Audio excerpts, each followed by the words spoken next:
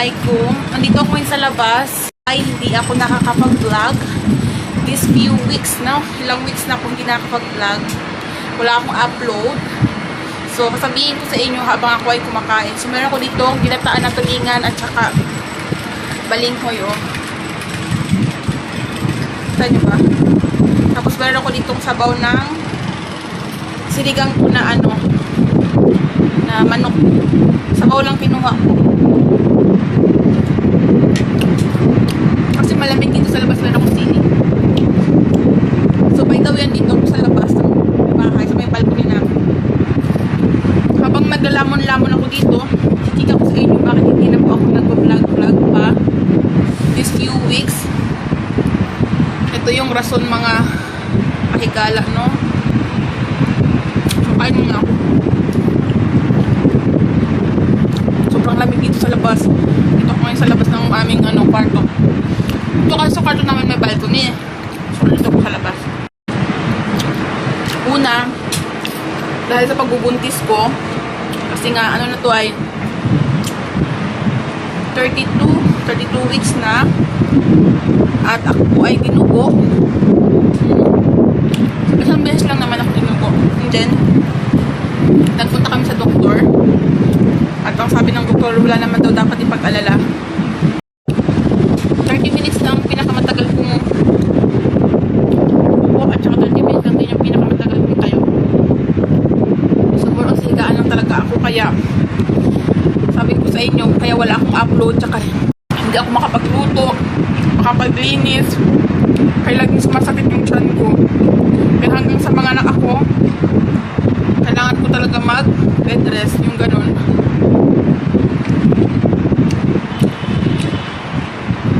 Ang oras pa dito sa Abu Dhabi ay alauna pa lang ng gabi. Ngayon pa lang ako kakain. Medyo madilim pa. Masabit yung aking damit.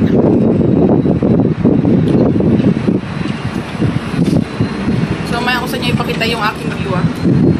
Kain muna ako, kaya nagutom talaga ako.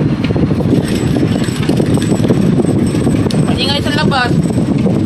Mga ganitong oras eh, mga katrabaho construction pang gabi.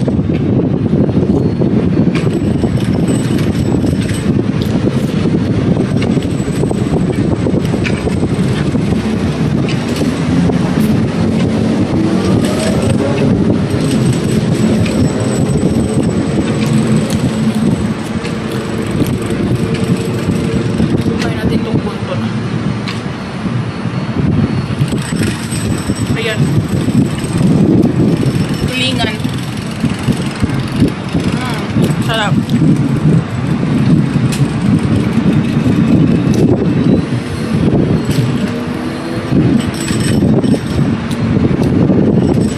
Muna kung anong anik-anik yung ginagawa ko sa akin kinabuhi. Bawal pa yung mga hard work sa akin. Hanggang sa mga anak lang naman ako. At saka hindi na ako mahirapan kasi nandito na yung mga biyanan ko. Mapapaaga yung pagpunta nila dito kasi nga dahil sa sitwasyon ko.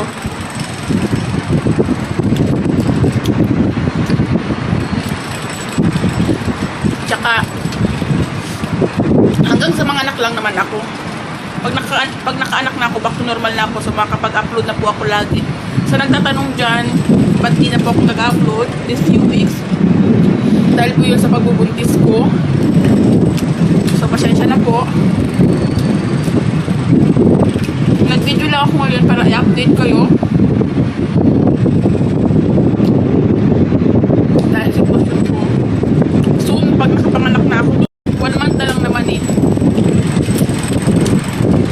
Mga anak na ako.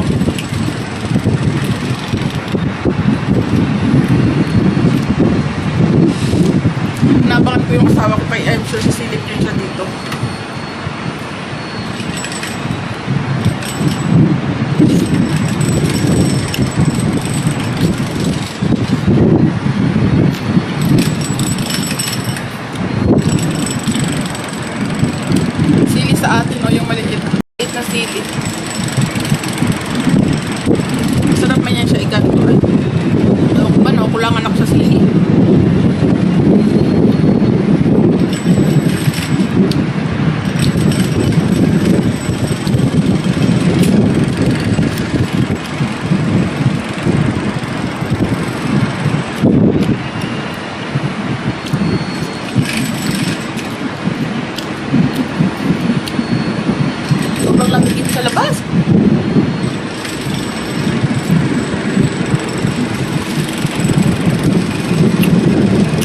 ng sinigang ko na ano.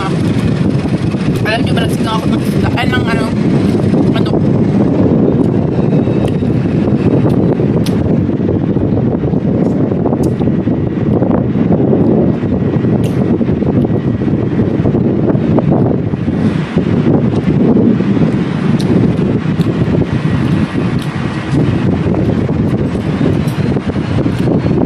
Hindi ako tingin doon sa kabila kasi alam ko silip yung kasama ko. Nag-check yan siya kung anong kung okay lang ba ako dito. Naku, every 15 minutes lagi ako chinecheck niyan. Lalo pa nga sa sitwasyon ko. Laging sumasakit ko nga sa ano. So nag-boring kami doon sa kasi nga tinupo ako, diba? So doon ako nag-boring sa kanyang kasama ko.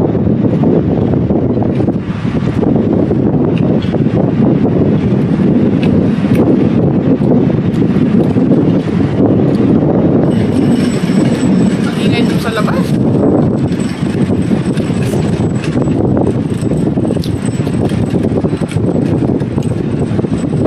Ito tulingan kinataan. Yung tulingan pinaksyo ko muna bago ko salit. Kinataan.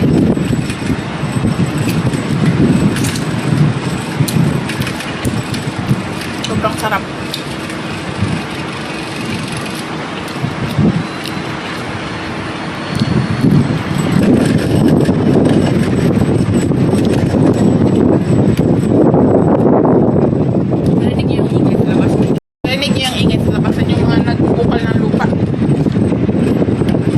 Ginagawa kasi sa baba namin.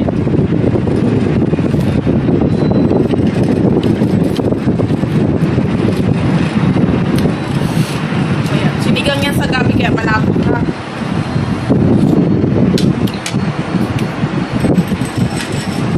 Itong balikoy naman, ito yung hinahanap ko maghahapon pa. Nagpapagighanap ang akong asawa sa balikoy ba. Saan na siya nakarating? Saan na siya nakarating para lang maghanap ng balikoy. Pilit din naman ako sa asawa ko kahit ganun yan. Basta pag may craving ako, hinahanap niya talaga. Basta bigyan ko lang siya ng picture. Hanapin mo itong ganitong prutas, ganitong pagkain. Hanap din yan siya.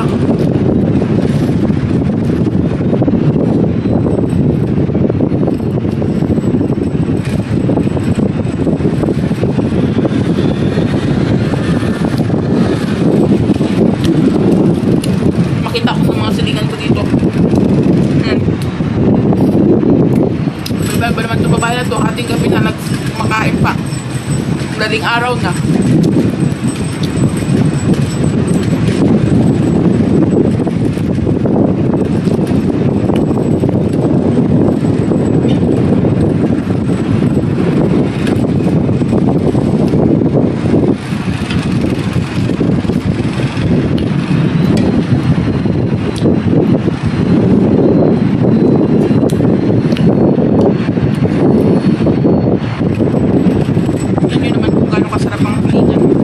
Pinaksiw ko muna ito pinakuluan ko muna sa suka at saka sa suka talaga.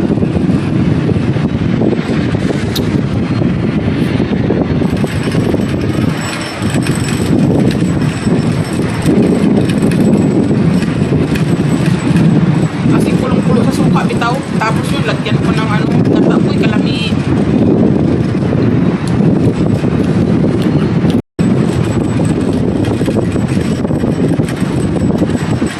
Sa kabila yung background ko, dito lang ako kasi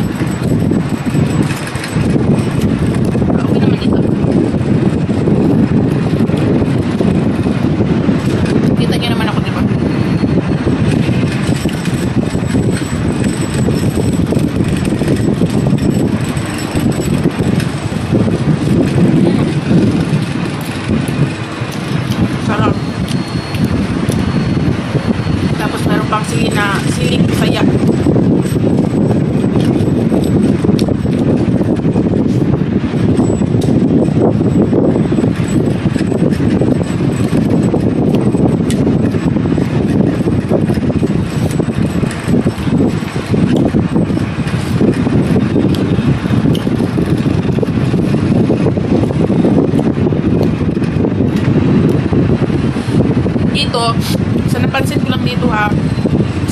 dito pag nagbuntis ka kasi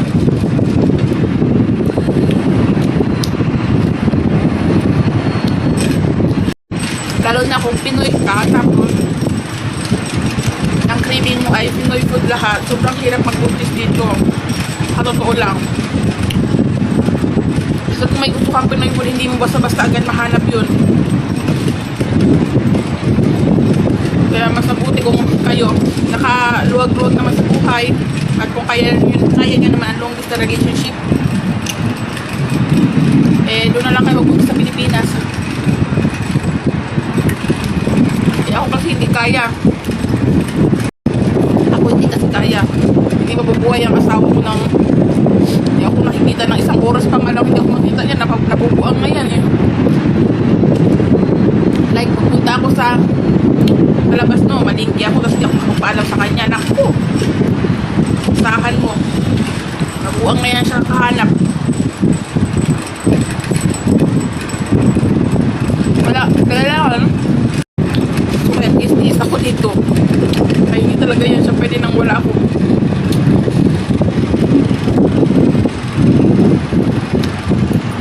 Gagawin niya daw lahat, mahanap lang ang cravings ko. Wag lang daw ako mag dun sa Pilipinas.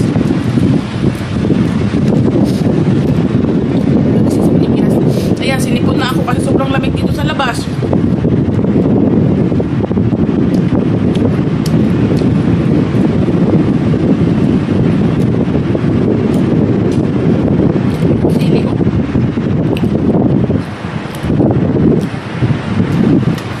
Kainin ko yan.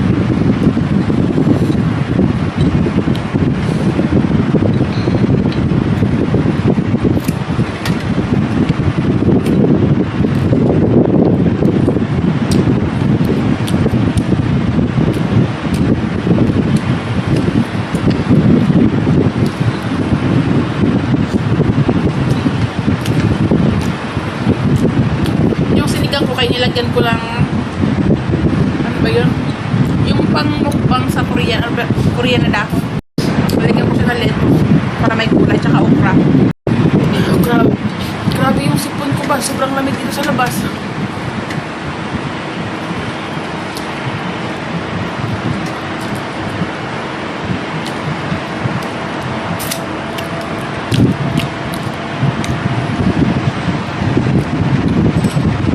So sa nagtatanong, yun lang yung update sa akin, no? About sa pagbubuntis ko, alam nyo na yun. Kaya pag mga buntis ay bawal-bawal maggalaw-galaw ng sobra, lalo na kung maselan. Bed rest good. So baka siguro mga after ko na mga anak, tsaka ako lagi mag-update sa inyo, mag-vlog. But for now, masunahin ko muna si baby, no?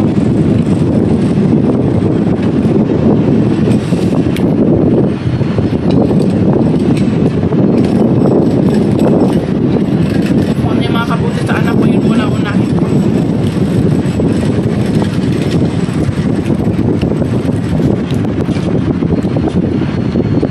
Kaya mas importante ang may baby.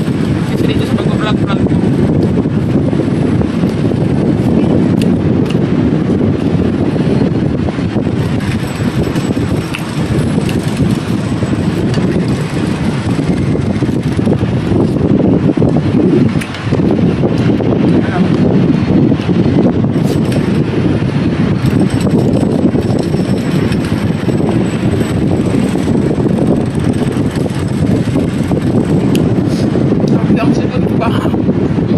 Dugo na.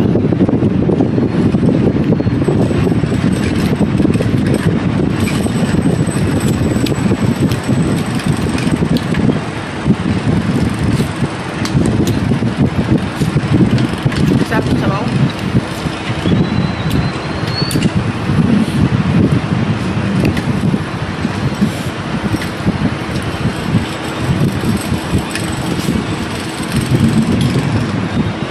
Bahay kung nagising na siguro kay may light naman yung bintana.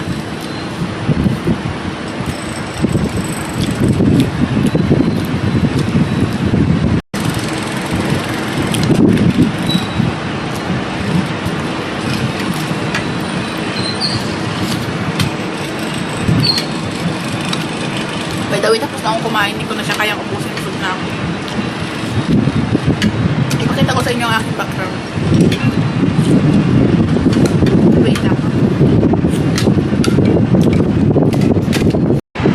Ayan, as you can see naman.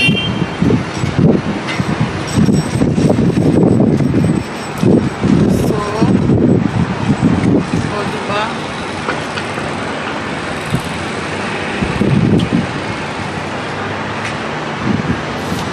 Tayo ako para makita din ako eh. So, ayan yung aking background. Pag ganyan sana ako, kaso hindi makita. So, aking kinakain. Ayan.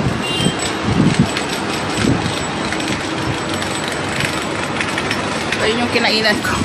Nakaupo ako doon sa upuan. Yung upuan na nilagay ng asawa ko. So, ang ganda ng background ko, diba?